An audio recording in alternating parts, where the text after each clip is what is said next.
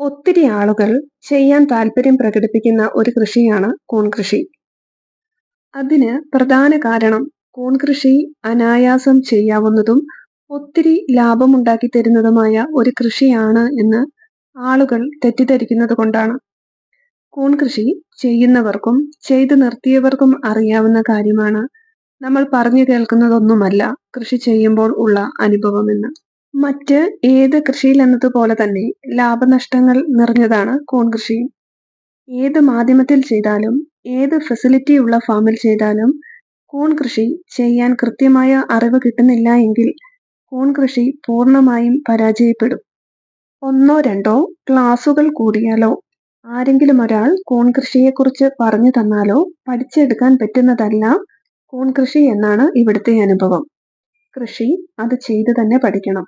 മറ്റുള്ള മാർഗങ്ങളെ ആശ്രയിക്കാമെങ്കിലും അതിനും ചില പരിമിതികൾ ഉണ്ട്. ഓരോ കൂൺ കർഷകനും കൃഷിയിൽ നേരിടുന്ന പ്രശ്നങ്ങൾ വ്യത്യസ്ത സ്വഭാവം ഉള്ളവയാണ്. മറ്റ് കൃഷികളെക്കാൾ കൂടുതൽ വേഗത്തിൽ രോഗകീടങ്ങളെ ആകർഷിക്കുന്നതും രോഗവ്യാപനം കൂടുതലുമാണ് കൂൺ കൃഷിയിൽ. നമ്മുടെ വീഡിയോകൾ കണ്ട് ചിലരൊക്കെ അവരുടെ കൂൺ കൃഷി അനുഭവങ്ങൾ വീഡിയോയുടെ അടിയിൽ കമന്റ് ചെയ്യാറുണ്ട്. കൂൺ കൃഷിയിലെ രോഗവ്യാപനം കൃത്യമായി തടയാൻ പറ്റാത്തതുമൂലം കൂൺ കൃഷി പകുതി വഴിയിൽ ഉപേക്ഷിച്ചതും കൂണിന് വേണ്ടത്ര വിപണി കിട്ടാത്തതുമായ കമന്റുകളൊക്കെ ഇതിൽ കണ്ടിട്ടുണ്ട്. അതുകൊണ്ട് തന്നെ ഇന്ന് ഞാൻ ഇവിടെ തിരഞ്ഞെടുത്തിരിക്കുന്ന വിഷയം നമ്മുടെ കൂൺ വിപണിയും നമ്മൾ എങ്ങനെ സ്റ്റേബിൾ ആയിട്ടുള്ള ഒരു മാർക്കറ്റ് വളർത്തിയെടുത്തു എന്നതുമാണ്. വളരെ ചെറിയ രീതിയിലാണ് ഞങ്ങൾ കൂൺ കൃഷി ആരംഭിച്ചത്. കൂൺ കൃഷിയുടെ ആരംഭഘട്ടത്തിൽ ഒരു ദിവസം 1 കിലോ കൂൺ ഉൽപ്പാദിപ്പിക്കുക, അത് പൂർണ്ണമായി വിൽക്കുക എന്നതിനാണ് പ്രാധാന്യം നൽകിയത്. 1 കിലോ മഷ്റൂം ഡെയിലി ലഭിക്കാൻ ഒരു ദിവസം നമ്മൾ 4 കൂൺവെട്ടുകളാണ് തയ്യാറാക്കേണ്ടത്. കൃത്യതയോടെയാണ് ചെയ്യുന്നതെങ്കിൽ, അതായത് രോഗകീടങ്ങളൊന്നും ആക്രമിക്കാത്ത രീതിയിൽ ചെയ്തെടുക്കാൻ പറ്റിയാൽ 4 കൂൺവെട്ടുകളിൽ നിന്ന് 1 കിലോ കൂൺ ഒരു ദിവസം ലഭിക്കും. അങ്ങനെ എല്ലാ ദിവസവും 4 ബെഡുകൾ വീതം ചെയ്തു പോവുകയാണെങ്കിൽ ബ്രേക്ക് ഇല്ലാതെ കൂൺ കറക്റ്റ് അളവിൽ ലഭിക്കുന്നതാണ്. മുമ്പ് പറഞ്ഞതുപോലെ 1 കിലോ കൂണായിരുന്നു സ്റ്റാർട്ടിംഗ് സ്റ്റേജിൽ ഞങ്ങൾ ലക്ഷ്യം വെച്ചത്. കണ്ണൂർ ജില്ലയിലെ പേരാവൂർ പഞ്ചായത്തിലാണ് ഞങ്ങളുടെ ഫാം. കേളകം തൊട്ട് ഇരിട്ടി വരെ വരുന്ന ഒരു ഏരിയയാണ് മഷ്റൂം മാർക്കറ്റിന് ഞങ്ങൾ തിരഞ്ഞെടുത്തത്. ഏതാണ്ട് 23 കിലോമീറ്ററോളം വരുന്ന ഒരു ഏരിയ. ചെറുതും വലുതുമായ ഒത്തിരി ടൗണുകൾ ഇവിടെയുണ്ട്. നേരിട്ട് കടകളിൽ കൂടി കൂൺ വിറ്റഴിക്കുക എന്ന രീതിയാണ് തുടക്കം മുതൽ ഞങ്ങൾ സ്വീകരിച്ചത്. അതല്ലാതെ നമ്മുടെ അയൽവക്കങ്ങളെയോ ഏതെങ്കിലും തൊഴിലിടങ്ങളെയോ സംഘങ്ങളെയോ ഒക്കെ മാത്രം മുൻപിൽ കണ്ടുകൊണ്ട് കൃഷി ചെയ്താൽ അവിടെ ലഭിക്കുന്ന ഡിമാൻഡ് കുറഞ്ഞ കാലത്തേ ഉണ്ടാകൂ എന്ന ഒരു ബോധ്യം തുടക്കത്തിൽ തന്നെ ഉണ്ടായിരുന്നതുകൊണ്ട് കടകൾ വഴി മാത്രം കൂൺ വിറ്റഴിക്കാൻ ശ്രമിച്ചു. തുടക്കത്തിലെ 1 കിലോ കൂൺ എന്നത് ഒന്നിച്ച് ഒരു കടയിൽ കൊടുക്കാതെ വിവിധ ഏരിയകളിലെ 5ഓളം കടകളിൽ 2 പാക്കറ്റ് വീതം വെക്കുകയാണ് ചെയ്തിരുന്നത്. നമ്മൾ കൃഷി ചെയ്യുന്ന കൂണിനെ കുറിച്ചുള്ള അറിവ് മറ്റുള്ളവർക്ക് എത്രത്തോളം ഉണ്ട്, അവർ വാങ്ങി ഉപയോഗിക്കുമോ എന്ന സംശയങ്ങളും, ചുറ്റുവട്ടത്ത് തന്നെ നിരവധി ആളുകൾ കൂൺ കൃഷി തുടങ്ങുകയും പരാജയപ്പെടുകയും ചെയ്തതിനാൽ വളരെ സൂക്ഷിച്ച് കുറഞ്ഞ മുതൽ മുടക്കിൽ കുറഞ്ഞ അളവിൽ കൃഷി ചെയ്യുക എന്നതിനായിരുന്നു മുൻഗണന. ഉൽപ്പാദിപ്പിക്കുന്ന കൂണുകൾ പൂർണ്ണമായും വിറ്റഴിക്കാൻ കഴിയുന്നുണ്ട് എന്നത് 2 ആഴ്ചയ്ക്കുള്ളിൽ തന്നെ ഉറപ്പാക്കാൻ കഴിഞ്ഞു ഇവിടെ. പിന്നീട് 1 കിലോ കൂൺ എന്നുള്ളത് ഞങ്ങൾ 3 കിലോ ഡെയിലി എന്ന രീതിയിലോട്ട് വർദ്ധിപ്പിക്കാൻ ശ്രമിച്ചു. ചുരുക്കം ചില ദിവസങ്ങളിൽ 1ഓ 2ഓ മഷ്റൂം പാക്കറ്റ് റിട്ടേൺ എടുക്കേണ്ടി വന്നതൊഴിച്ചാൽ കൂൺ വിറ്റഴിക്കാൻ പ്രയാസമുണ്ടായില്ല ഇവിടെയും.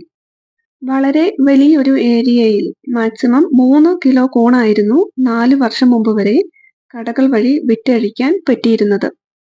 കൂടുതൽ കൂൺ ഉൽപ്പാദിപ്പിക്കാൻ കപ്പാസിറ്റിയുള്ള ഫാം ഉണ്ടായിട്ടും കൂടുതൽ കൂൺ ഉൽപ്പാദിപ്പിക്കാൻ ശ്രമിക്കാതെ നിലവിൽ കൂൺ വിറ്റഴിക്കുന്ന കടകളിൽ സ്ഥിരമായി ഒരേ അളവിൽ കൂൺ കൊടുക്കുകയും ഡിമാൻഡ് വർദ്ധിപ്പിക്കാൻ ശ്രമിക്കുകയുമാണ് ഞങ്ങൾ ചെയ്തത്.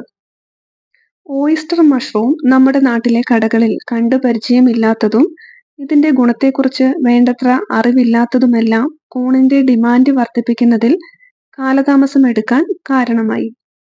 അതോടൊപ്പം തന്നെ സെയിം മാർക്കറ്റിൽ മറ്റൊരു ഫാമിൽ നിന്ന് കുറെ അളവിൽ കൂണെത്തുകയും ഡിമാൻഡ് വർദ്ധിക്കാതിരിക്കുകയും ചെയ്ത ഒരവസരമുണ്ടാവുകയും രണ്ട് കൂട്ടർക്കും ഉൽപ്പാദിപ്പിക്കുന്ന കൂൺ മുഴുവൻ വിറ്റഴിക്കാൻ പറ്റാതെ വരികയും ചെയ്ത ഒരു സമയമുണ്ടായി.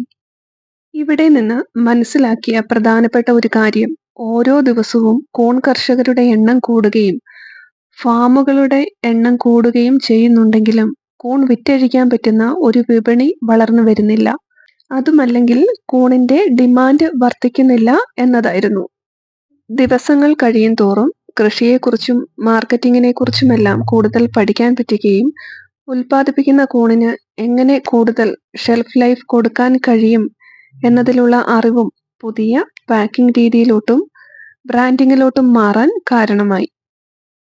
4-5 വർഷങ്ങളെടുത്ത് കൂൺ വിറ്റഴിക്കുന്ന ഏരിയയുടെ വിസ്തൃതി കുറച്ച് വിറ്റഴിക്കുന്ന ഏരിയയിൽ കൂണിന്റെ ഡിമാൻഡ് വർദ്ധിപ്പിക്കുകയും 3 കിലോ മഷ്റൂം ഡെയിലി എന്നത് ഡെയിലി 8 കിലോ വരെ എത്തിക്കുകയും ചെയ്തു.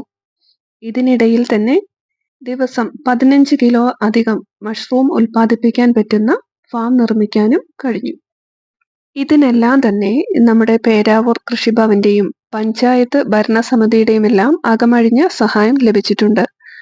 പഞ്ചായത്തിന്റെയും കൃഷിഭവന്റെയും എല്ലാം വിവിധ പരിപാടികൾ, അതായത് ഓണച്ചന്ത, വിഷുചന്ത തുടങ്ങിയവയും കർഷകരെ പ്രോത്സാഹിപ്പിക്കുന്ന മറ്റു പരിപാടികളും നമ്മുടെ നാട്ടിൽ ഇത്തരത്തിൽ ഒരു ഫാമും കൃഷിയും ഉണ്ടെന്നത് ആളുകളിൽ എത്തിക്കാൻ ഒത്തിരി സഹായിച്ചിട്ടുണ്ട്.